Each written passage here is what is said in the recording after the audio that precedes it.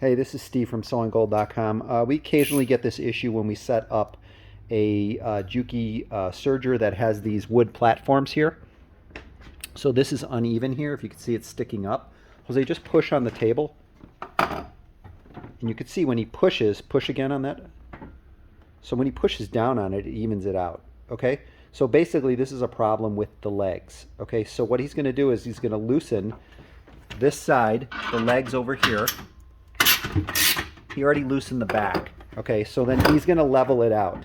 Okay, so if you could see, pull it again so it's uneven. You see how if one side is up too much, it could be your floor too. Okay, and then now even it out. Okay, so see how he's holding it? He's holding it with his, it's like being held up by his leg there, just to make sure that it's even. Okay, it's usually a two-person job.